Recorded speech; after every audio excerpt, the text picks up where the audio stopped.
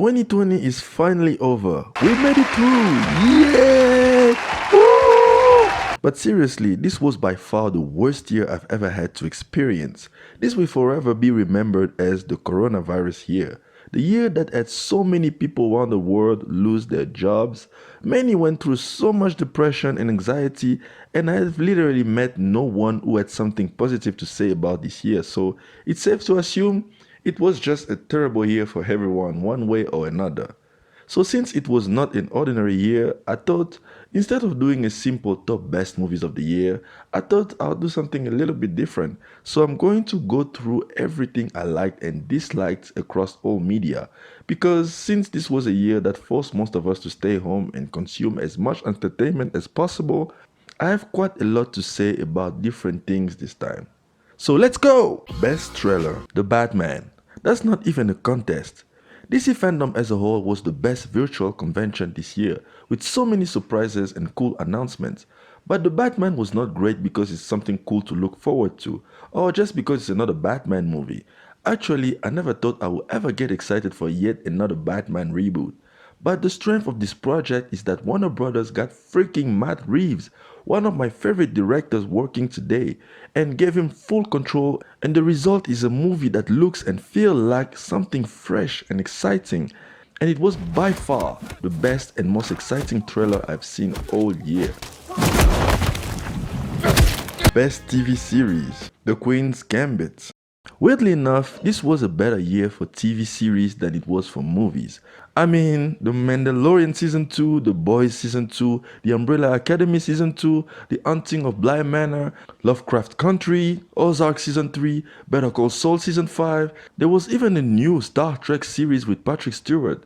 Like, it was a crazy year for TV, and the best of them all, in my opinion, was The Queen's Gambit. I'm not even that big of a chess fan, so it's not like I'm biased or anything like that, but it's just that The Queen's Gambit builds tension in the most effective way. The series was so well crafted, and Anya Taylor-Joy delivers yet another impeccable performance. I think it's time people start realizing how good this woman is. Biggest disappointment, New Mutants. Wait, Anya Taylor-Joy is in this too? Well, that just proves my point, okay? She's so talented, she appears in both my favorite series and one of my least favorite movies of the year. New Mutants is one of those movies that got pushed back so many times that people started feeling bad for the filmmakers and started asking for the studio to just release the damn thing. Then it comes out and you're just like, yeah, maybe you should have just kept it hidden. New Mutants was not the only disappointment for me though. The most recent disappointment is probably Mank, directed by David Fincher. It's directed by David Fincher, a director I absolutely love. But this was such a boring movie to me. The pacing felt just off, and I ended up not caring at the end. I just wanted the damn thing to be over, and I never thought I'll ever say that about a David Fincher film. Best Discovery, Mindhunter. It didn't come out this year, but I watched both seasons this year, and I'm so glad I got to enjoy something from David Fincher this year. Oh God, I needed this. Best meme, Will Smith, Pain. Worst trend, TikTok. Don't bring this thing in 2021. Enough! Best documentary, Love the Last Dance. Tiger King was great, but The Social Dilemma is my pick. Made me look at social media a bit differently and with a much better perspective and deeper understanding. It's great, you should check it out. Best anime. I know it just started, but I don't care. The final season of Attack on Titan already topped everything that was released in 2020. Best animated movie, Soul. No explanation needed. Best video game, Cyberpunk 2077. No, just kidding. The Last of Us Part 2.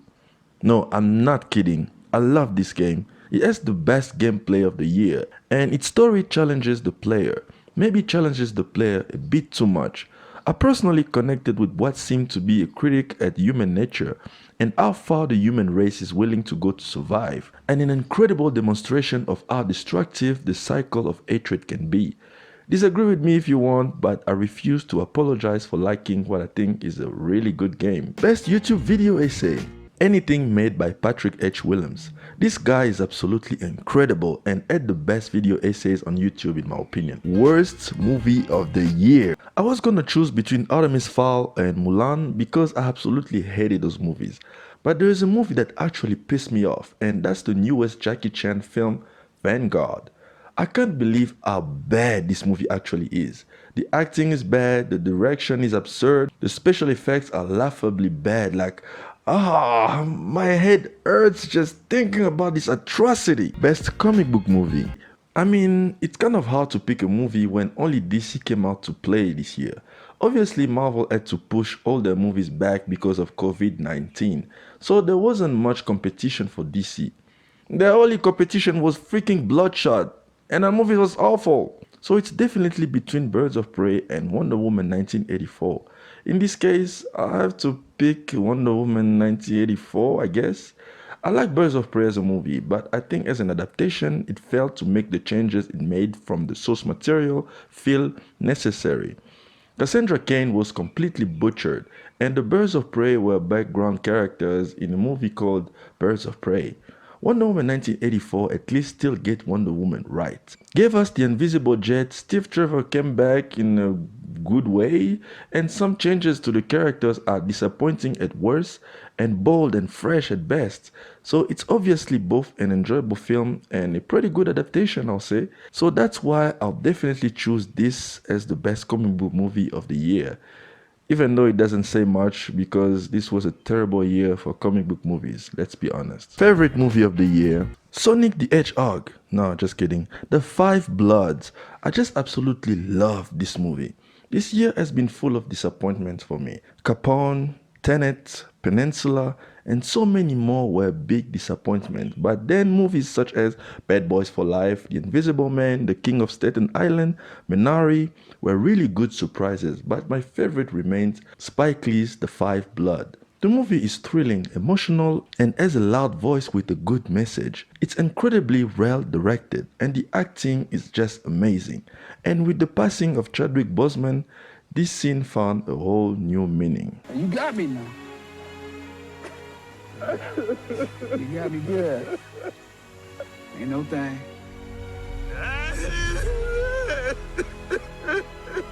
Most anticipated project. Nothing. You know what? For 2021, I just wish for a better year. This year was so unbearable for most people. A lot of us have lost loved ones and barely managed to make it through.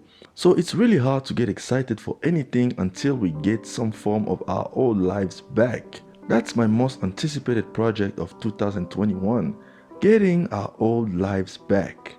So all we can do right now is just keep on hoping and pray for the best. As for me, I was able to make some of the best videos I've ever made this year. It was a great experience, and making these videos also helped me fight against the depression that comes with self-isolation. So I'm grateful for this channel and every single comment I get, because sometimes talking about movies with strangers can be very fulfilling. So thank you all for an amazing 2020 on YouTube. I wish you all well and hope you are staying safe. As for me, I'll be seeing you guys next year. Happy New Year. Bye bye.